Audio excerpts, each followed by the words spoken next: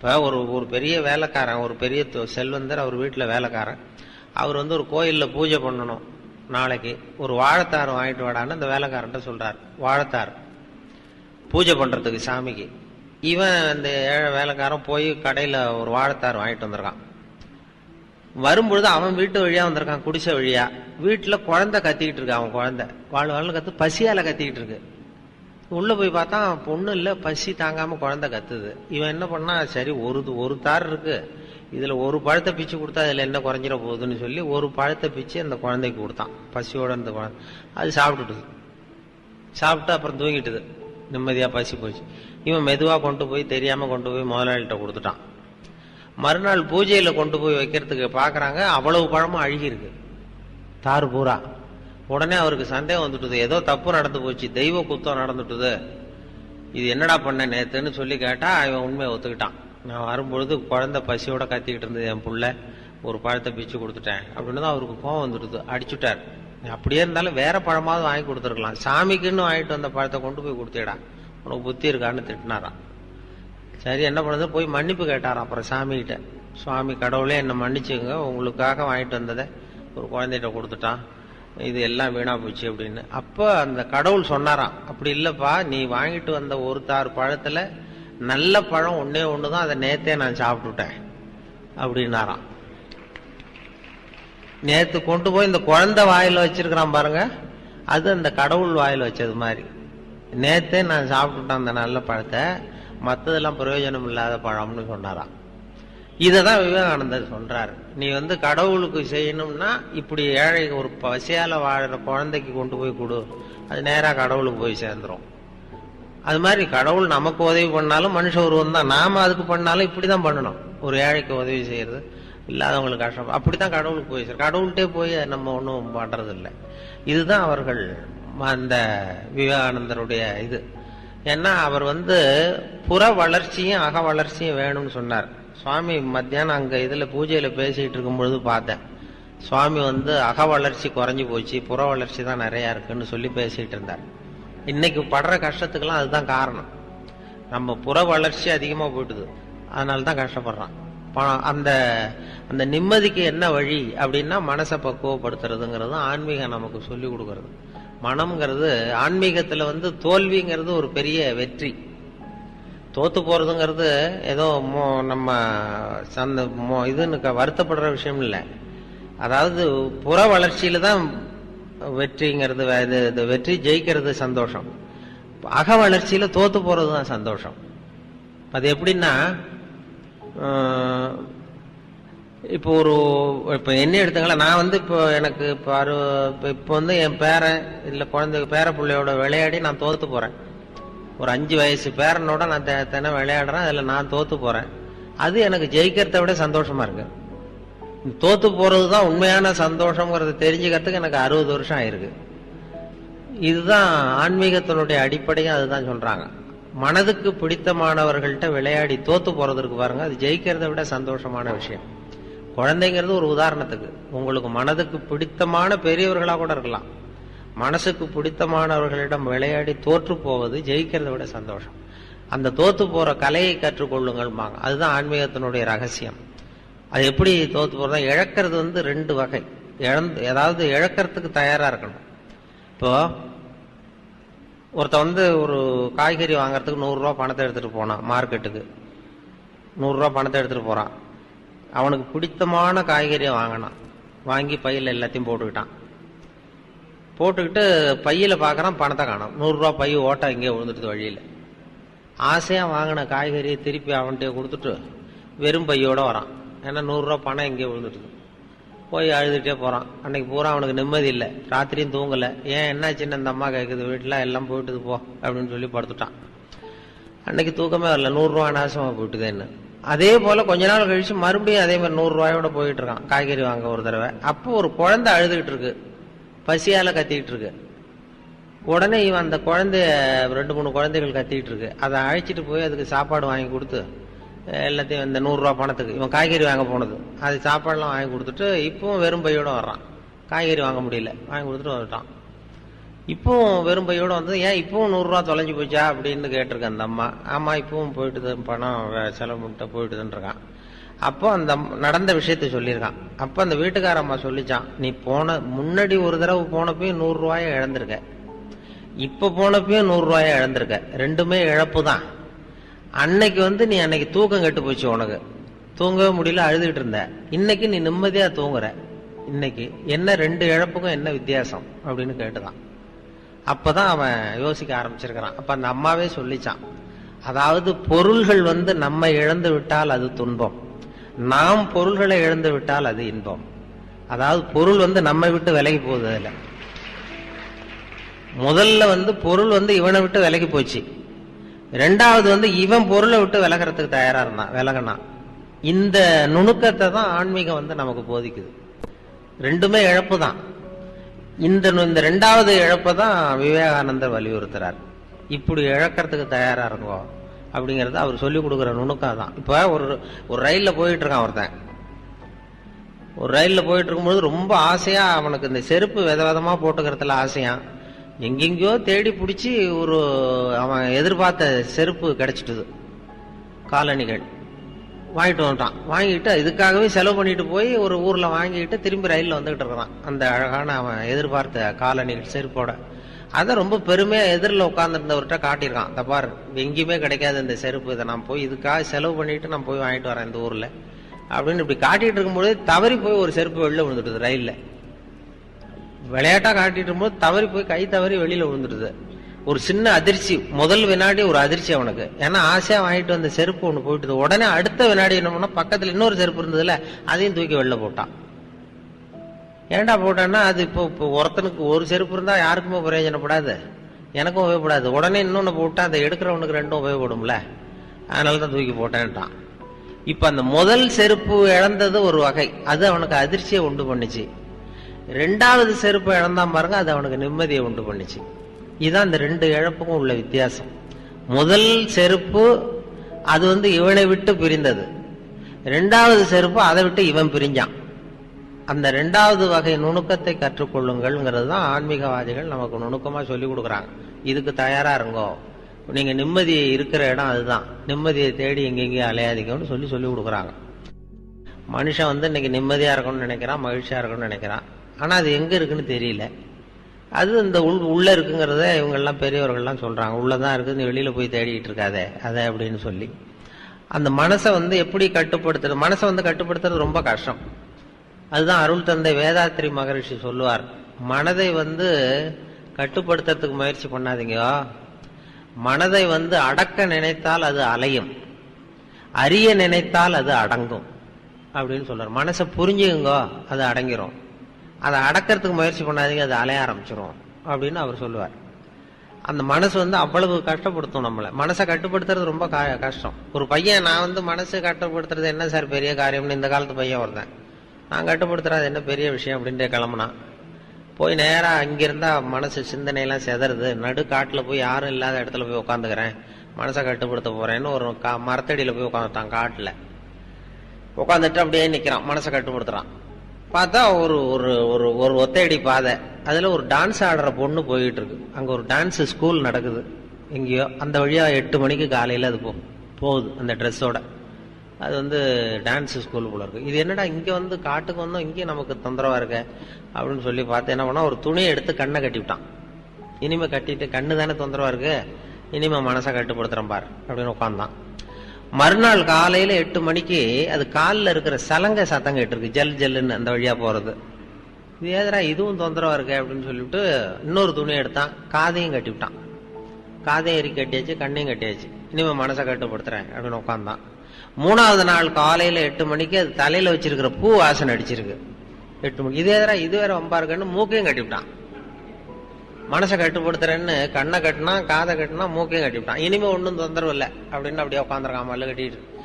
4வது நாள் காலையில 8 மணி ஆச்சு. கரெக்டா 8 மணிக்கு இவன் மனசு நினைச்சுதான், இந்நேரம் அவ போய்கிட்டு இருப்பா அப்படின்னு நினைச்சான். அதை எப்படி கட்டுப்படுத்துறது?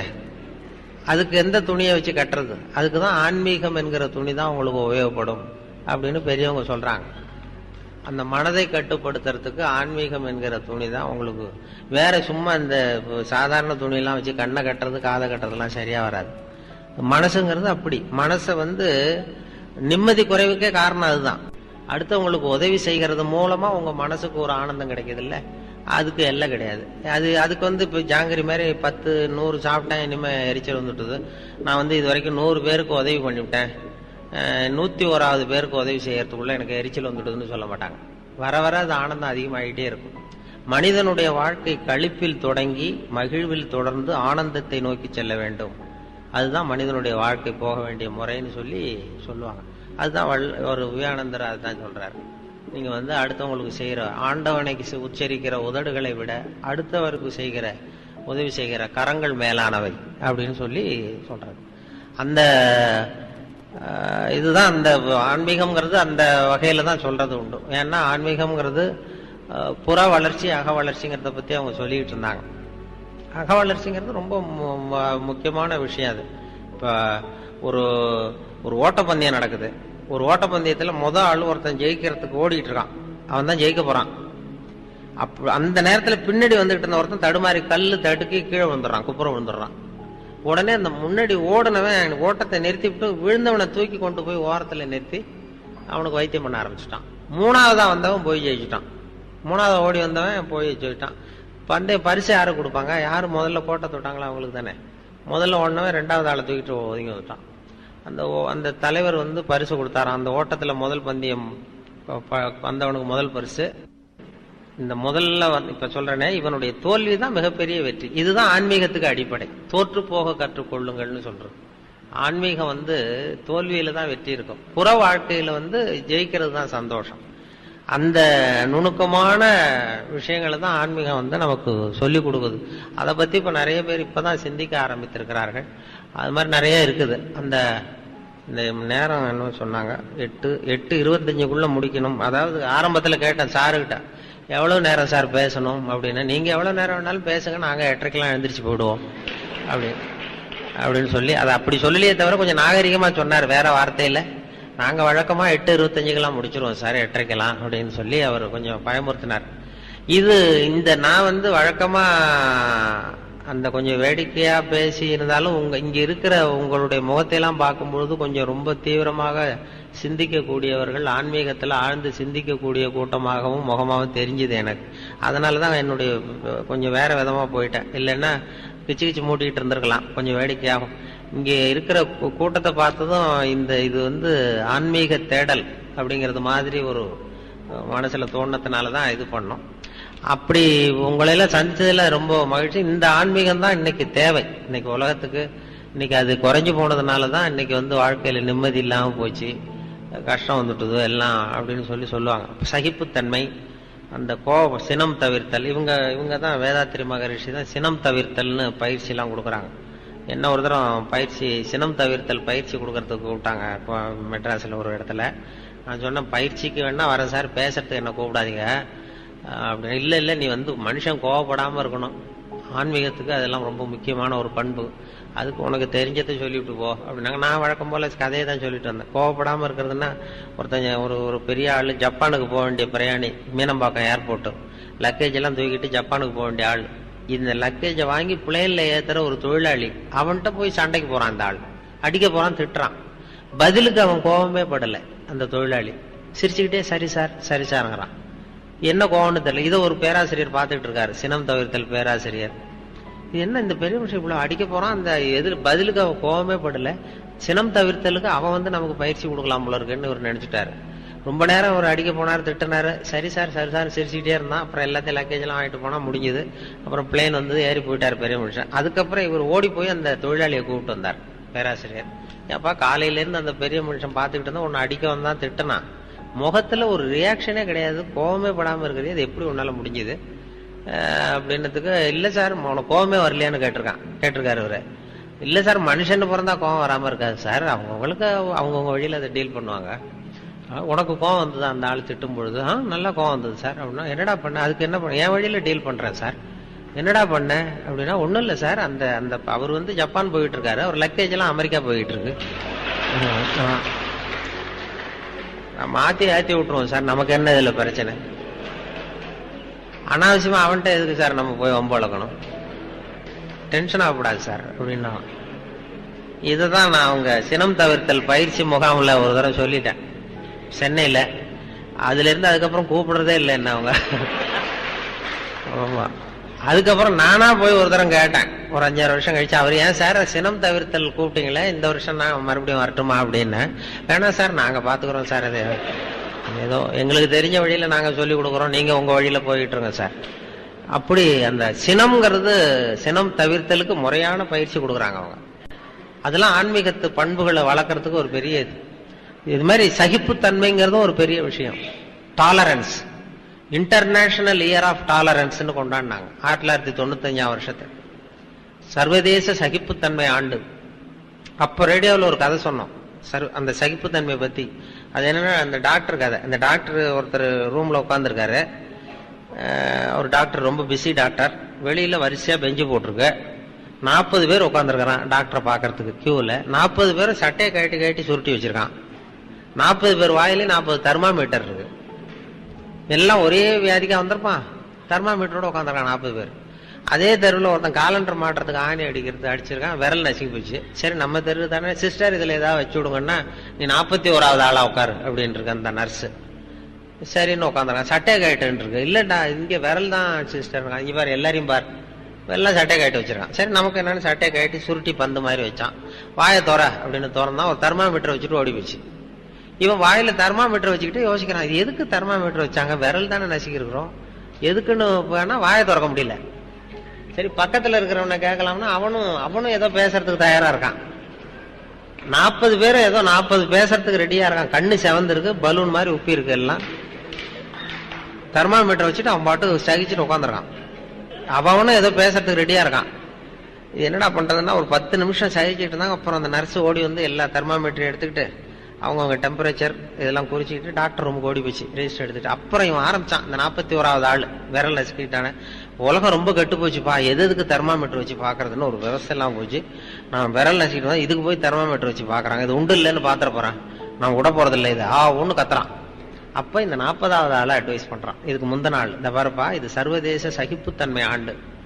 சகிப்புத்தன்மைங்கிறது மனுஷனுக்கு வேண்டிய ஒரு முக்கியமான பண்பு, ஆன்மீகத்துல ரொம்ப அவசியம்.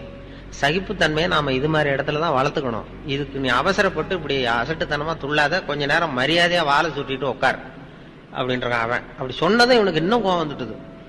இவ்வளவு புத்தி சொல்றடா எனக்கு, நீ எதுக்குடா வந்த அப்படின்னு கேட்டிருக்கான். நான் தபால் கொடுக்க வந்தவையா,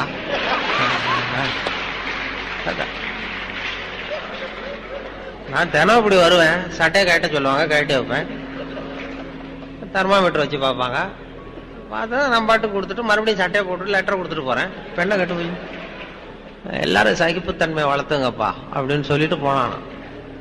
இதெல்லாம் நமக்கு ஆன்மீகத்துக்கு தேவை. சினம் தவிர்த்தல், சகிப்புத்தன்மை, இதையெல்லாம் வளர்த்துக்கணும். வளர்த்துக்கிட்டாதான் நம்ம இது பண்ணலாம். இல்லைன்னா இன்னும் அந்த கொஞ்ச நேரத்துல உங்க சகிப்புத்தன்மைக்கும் அந்த எல்லாம் வந்துட்டு, அதான் 8:25 அவர் சொன்ன அது மாதிரி. அதனால அது மாதிரி இல்லைன்னா அந்த வழக்கமா ஒரு கதை சொல்லுவாங்க. ஒரு பேசிக்கிட்டே இருக்கும் பொழுது ஒருத்தர் முதல் வரிசையில இருந்தவர் என்னமோ மெதுவா ஒரு ஜிப்பேக்கை திறந்து எடுத்தா ரிவால்வரான். பேசணும், ஐயோ நிறுத்திட்டு, ஏன் சார் துப்பாக்கிலாம் காட்டி பயமுறுத்துறீங்க, போதும்னா நிறுத்திட்டு போறேன் அப்படின்னு. அப்பா அவர் சொன்னா, ஐயோ நிறுத்தாதீங்க சார், நீங்க பாட்டு பேசுங்க சார், இது உங்களை சுடுறதுக்கு இல்லை சார், உங்களை இங்க அழைச்சிட்டு வந்தவரை சுடுறதுக்கு. அப்படின்னா என்ன, அழைச்சிட்டு வந்தவர் டாக்டர் இதை பக்கத்துல தான் இருக்கார். அவருடைய பாதுகாப்பும் ரொம்ப முக்கியம்ங்கிறதுனால அவருடைய பாதுகாப்பும் ரொம்ப முக்கியம். ஒருத்தர் இருந்தானா நம்ம மாதிரி ஒரு ஆளு, நேரா ஒரு சைக்கியாட்ரிஸ்ட் கிட்ட போனான், மனோதத்துவ டாக்டர் கிட்ட. சார், நான் ஒரு முக்கியமான ஒரு கேஸ் உங்ககிட்ட வந்திருக்கேன்றான். அவரு மனோதத்துவ டாக்டர், என்னடா உனக்கு கேஸ்னா, நான் செத்து போயிட்டேன் சார் அப்படின்றான். மனோதத்துவ டாக்டர், நான் செத்து போயிட்டேன் டாக்டர் அப்படின்னு தான் அவன் புரிஞ்சுக்கிட்டார். இது நம்ம கிட்ட வர்ற கேஸ் தான் இது. நீ இல்லடா நீ உயிரோட இருக்கப்பா அப்படின்னு இருக்காரு. இல்ல சார், உங்களுக்கு தெரியல, நான் செத்து போயிட்டேன், எனக்கு தெரியுது நல்லா அப்படின்றான். அவரு நினைச்சுட்டாரு, இது வாழும்போதே செத்து போகிறதுன்னு ஒரு பெரிய தத்துவம் சொல்றாங்க, இவன் வாழும்போதே செத்து போறேன்னு சொல்றானே, செத்துட்டேங்கிறானே, இவனை எப்படியாவது சரி பண்ணணும். நம்மளை விட்டா இங்க டாக்டர், மனோதத்துவ டாக்டர் வேற யாரும் கிடையாது, இவனை எப்படியாவது இவனை பண்ணின, இவனை திருத்தி காட்டுறேன் அப்படின்னு சொல்லி, என்கிட்டயே சவால் விடுறியானே, உன்னை நான் நீ உயிரோட இருக்கேங்கிறத நான் இப்ப காட்டுறேன், இந்த மாதிரி கிள்றான் பாரு, வலிக்குதா? வலிக்குது. எனக்கு கிள்றான், வலிக்குது. அதனால 2 பேரும் உயிரோட இருக்கோமா? இல்ல டாக்டர், உங்களுக்கு ஒன்றும் புரியலங்கிறான். என்னென்னவோ பண்ணி நான் பேசிக்கிட்டு இருக்கேன்டா, நான் பேசுறேன், நீ பதில் சொல்ற, அதனால 2 பேரும் உயிரோட இருக்கோம்ப்பா அப்படின்னா, அதெல்லாம் உங்களுக்கு ஒன்றும் தெரியல டாக்டர், நான் செத்துட்டேன் டாக்டருங்கிறான். அவருக்கு ஒரு பெரிய சவாலா போச்சு அந்த டாக்டருக்கு. நீ என்னடியா உன் வேலையை காட்டுற, இரு பாரு அப்படின்னு சொல்லிட்டு ஒரு ஊசி எடுத்தார். இத பாடுறா, உயிரோட இருக்கிறவன் உடம்புல ரத்தம் வரும் இல்லையா? வரும் டாக்டர், ஒத்துக்கிறேங்கிறான். அப்படியே இரு, மேற்கொண்டு போகாத. உயிரோட இருக்கிற உடம்புல ரத்தம் வரும், சரிதானே? சரிதான். டபார் அப்படின்னு அவர் தன்னுடைய கையிலேயே ஒரு குத்து குத்துனாரு ஊசியால. ரத்தம் வந்தது. பாத்தியா, ரத்தம் வருது. நான் உயிரோட இருக்க, ரத்தம் வருதா? வருது டாக்டர் அப்படின்னா. உன் விரல கொண்டா அப்படின்னு சொல்லி அவன் விரல ஒரு குத்து குத்துனாரு. ரத்தம் பாத்துக்கோ, ரத்தம் வந்துடுது. இப்ப என்ன சொல்ற, என்னை பத்தி என்ன நினைக்கிற, என்கிட்ட வந்து இந்த போடு போடு அப்படின்னு இருக்காரு. அப்ப அவன் சொன்னான, உண்மையிலேயே நீங்க ரொம்ப திறமையான டாக்டர் தான் சார், ரொம்ப கெட்டிக்கார டாக்டருங்கிறத ஒத்துக்கிறேன் அப்படின்னு இருக்கான். எப்படிடா சொல்ற அப்படின்னு இருக்காரு. ஒரு செத்து போன உடம்புல இருந்தே ரத்தத்தை எடுக்கிறீங்களே அப்படின்னா, அதான் வாழும் போதே செத்து போறவன். இததான் நம்ம இந்த காலத்துல பாக்குறோம். அன்பு அதிகமா இருந்தா அது எப்படி கெடுதல் பண்ணும் அப்படிங்கிற சந்தேகம் உங்களுக்கு வரலாம். தசரதன் கதை என்னாச்சு? கைகேயி மேல வச்சு அளவு கடந்த அன்பு. ராமன் காட்டுக்கு போறாப்புல ஆயிட்டுது இல்ல. தசரதன் எப்பேற்பட்ட அரசன். விஸ்வாமித்திரர் சொல்றார், என்ன மாதிரி முனிவர்களுக்கும் தேவர்களுக்கும் ஏதாவது கஷ்டம் வந்தா முதல்ல முருகன் கிட்ட போவோம், அப்புறம் பரமசிவனை போய் பார்ப்போம், அதுக்கப்புறம் திருமால் கிட்ட போவோம், அப்புறம் பிரம்மன் இந்திரன் இவங்களெல்லாம் போய் பார்ப்போம்.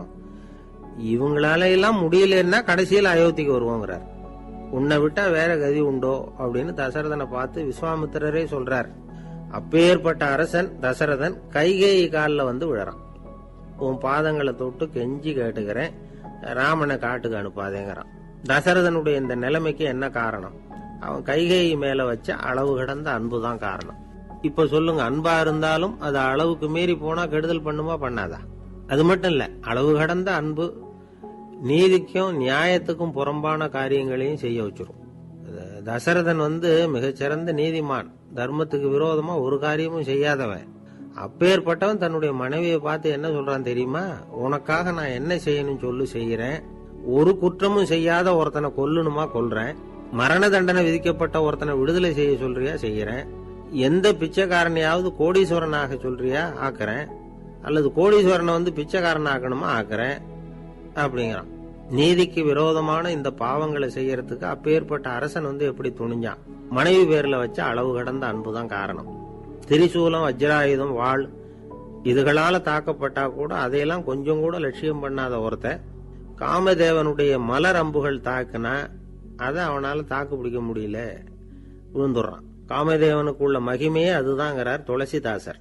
அதனாலதான் பெரியவங்க எல்லாம் என்ன சொல்றாங்கன்னா, எதையும் அளவுக்கு மீறி செய்யாதேங்கிறாங்க. அப்பா, அம்மா, மனைவி, மக்கள் எல்லார் பேர்லயும் அன்பு அவசியம்தான். ஆனா அந்த அன்பு அறிவுக்கு புறம்பா இருக்கக்கூடாது, அளவுக்கு மீறி இருக்கக்கூடாது. அப்பதான் வாழ்க்கை சுகமா இருக்கும். இல்லைன்னா அவஸ்தை தான். அளவுக்கு மீறின அன்புங்கிறது புரியுது, அது சரி. அறிவுக்கு புறம்பான அன்புங்கிறது எப்படி? ஒரு தாய்க்கு ஜலதோஷம் அல்லது ஏதோ ஒரு தொற்று நோயின்னு வச்சுங்களேன். அந்த அம்மாவுக்கு தன்னுடைய குழந்தை பேர்ல அளவு கடந்த அன்பு. தனக்கு நோய் இருக்கு, அது அடுத்தவங்களுக்கு தொற்றக்கூடியது அப்படின்னு தெரிஞ்சிருந்தோம் அன்பை காட்டுறதுக்காக அந்த குழந்தைக்கு முத்தம் கொடுக்கிறோம். வாழ்க்கையை நடத்துறதுக்கு நமக்கு தேவைதான். ஆனா அதையே நாம அடைய வேண்டிய பயனா நினைக்கிறோம் பாருங்க, அதுதான் வேடிக்கை. இத நம்மாழ்வார் அழகா ஒரு பாசுரத்துல சொல்றார்.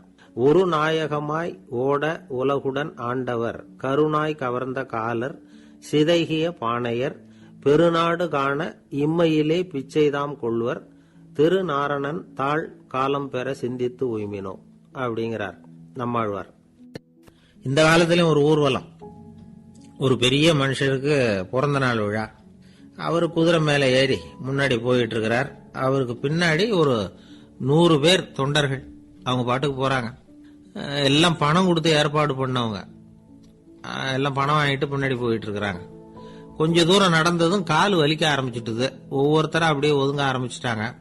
அதான் முன்னாடியே பணம் கிடைச்சிட்டுதே, இனிமே ஒதுங்கினா என்னன்னு ஒதுங்கிட்டாங்க. ஒரு கட்டத்துல குதிரையில போறவர் தற்செயலா திரும்பி பாக்குறாரு, பின்னாடி யாருமே இல்ல, எல்லாரும் ஓடி போயிட்டாங்க. ஒரே ஒரு ஆள் மட்டும் ரொம்ப விசுவாசமா பின்னாடி நடந்து வந்துகிட்டு இருந்தான். ஏப்பா நீ மட்டும் வந்துகிட்டு இருக்கிறிய, நீ வீட்டுக்கு போகலையான்னு கேட்டிருக்காரு அவரு. நீங்க அந்த குதிரையையும் அதுக்குள்ள வாடகை பணத்தையும் கொடுத்துட்டீங்கன்னா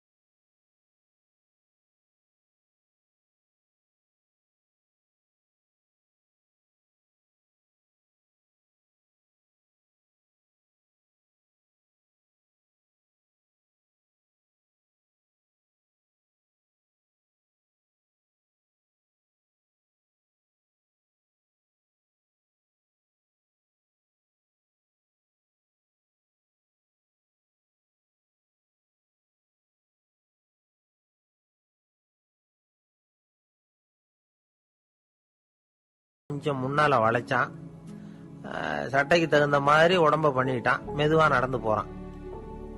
இப்போ எதிரில் இன்னொருத்தன் வரான், இவனை பாக்குறான், இவன் போட்டிருக்கிற சட்டையை பாக்குறான், ஆஹா அற்புதம்ங்கிறான்.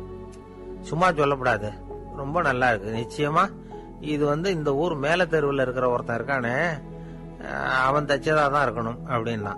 இதை கேட்டதான் அவனுக்கு ஆச்சரியம், எப்படி அவ்வளவு கரெக்டா கண்டுபிடிச்சிங்க அப்படின்னு கேட்டிருக்கான்.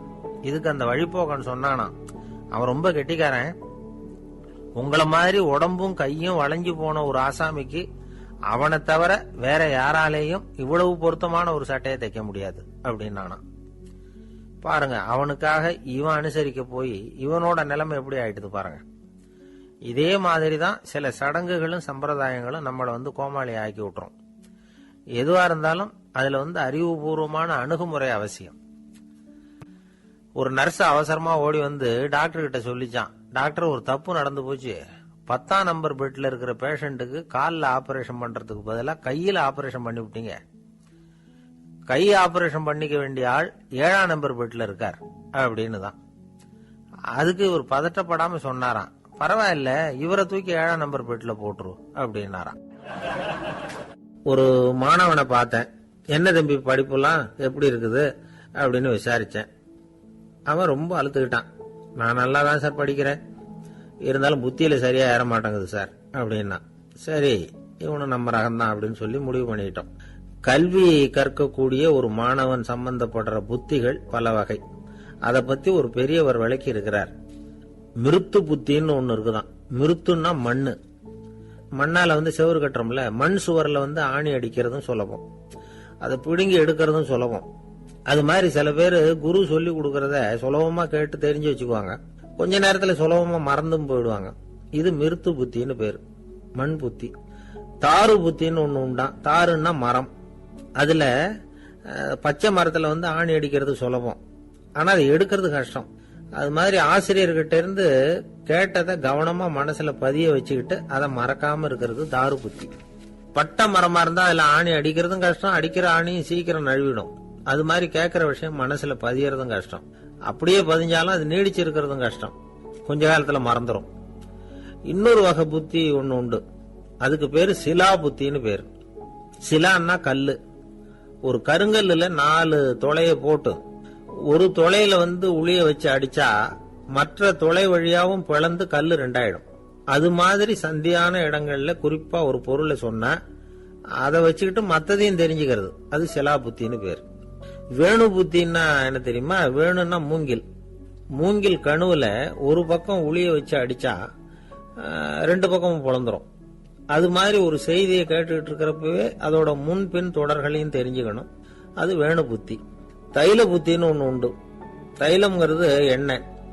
தண்ணியில ஒரு துளி எண்ணெயை விட்டா அது தண்ணி பூரா பரவி போடுதுல்ல. அது இப்படி பரவுறது மாதிரி ஆசிரியர் சுருக்கமா ஒரு கருத்தை சொன்னா அதை வச்சுக்கிட்டு பூரா விஷயங்களையும் தெரிஞ்சுக்கணும். அது தைல புத்தி. கற்பூர புத்தின்னு ஒண்ணு கேள்விப்பட்டிருக்கோம். அது எப்படின்னா, கற்பூரம் தீ பட்ட உடனே பிடிச்சுக்கும். ஆசிரியர் சொன்ன உடனே நுண்ணறிவோட பாடங்களை புரிஞ்சுக்கிறது இந்த வகை புத்தி. கரி புத்தின்னு ஒண்ணு. அது எப்படின்னா, கரியில நெருப்பை வச்சு விசிறிய பிறகு அதுக்கப்புறம் அது கறி நெருப்பாகும். அது மாதிரி காலம்பர சாயந்தர வேலைகள்ல ஆசிரியர் பாடம் சொல்லி கொடுப்பார். அதை கொண்டு புரிஞ்சுக்கிறது இந்த வகை. கதலித்தண்டு புத்தின்னு ஒண்ணு சொல்லுவாங்க. கதலிங்கிறது வாழை மரம். வாழைத்தண்டுல தீ வைக்கிறது எவ்வளவு சிரமமோ அவ்வளவு சிரமத்தோட கல்வி கற்கிறது கதலித்தண்டு புத்தி. இதை தவிர இன்னும் சில வகையான மாணவர்களை கூட அடையாளம் காட்டுறாங்க. ஆசிரியர் சொன்னதுல நல்லதை மட்டும் எடுத்துக்கிறவன் அன்னம். ஆசிரியர் கிடைச்ச இடத்துல பாடத்தை கேட்டுக்கிட்டு பிறகு தனியா உட்கார்ந்து சிந்திக்கிறவன் பசு. பசுமாடு அப்படித்தானே, புல்லு கண்ட இடத்துல மேயும், அதுக்கப்புறம் நிதானமா அசை போட்டுக்கும். ஆசிரியர் சொன்னதை தவிர வேற எதையும் சொல்ல முடியாதவன் கிளி. பல இடங்கள்ல பாடங்கள் கேட்டு கடைசியில ஒன்னும் புரியாம போறவன் ஆடு. ஆடு ஒரு செடியில வயிறார மேயாது, ஒரே செடியில. இக்கரைக்கு அக்கறை பச்சைன்னு அங்கேயும் இங்கேயும் அலைஞ்சிக்கிட்டே இருக்கும். சில பேருக்கு எருமைன்னு பேரு. எருமை எப்படின்னா, குளத்து நீரை கலக்கிதான் குடிக்கும். அது மாதிரி ஆசிரியர் மனசை நோக செய்து பயில்கிற மாணவர்கள்லாம் இந்த ரகம். இவ்வளவுலாம் இருந்தாலும் இந்த காலத்து மாணவர்கள்லாம் ஒரு தனி ரகம். ஒரு ஆசிரியர் வகுப்புல பாடம் நடத்திக்கிட்டு இருந்தார். இலக்கண வகுப்பு. இறந்த காலம், நிகழ்காலம், எதிர்காலம், past tense, present tense, future tense, இத பத்திலாம் பாடம் நடத்துறார். எல்லாம் சொல்லி கொடுத்துட்டு இப்ப நான் ஒரு வாக்கியம் சொல்லுவேன், அது என்ன காலம் அப்படிங்கறத நீங்க சொல்லணும்னார் ஆசிரியர். சரின்னாங்க மாணவர்கள்லாம். நான் நாளைக்கும் பாடம் நடத்த போகிறேன், இது என்ன காலம் அப்படின்னு கேட்டார் ஆசிரியர். அதாவது நான் நாளைக்கும் பாடம் நடத்த போகிறேன், இந்த வாக்கியம் என்ன காலம்னு கேட்டார். ஒரு பையன் மெதுவா எந்திரிச்சு சொன்னான், இது எங்க போதாத காலம் சார் அப்படின்னு சொல்லிவிட்டு உட்காந்துட்டானா.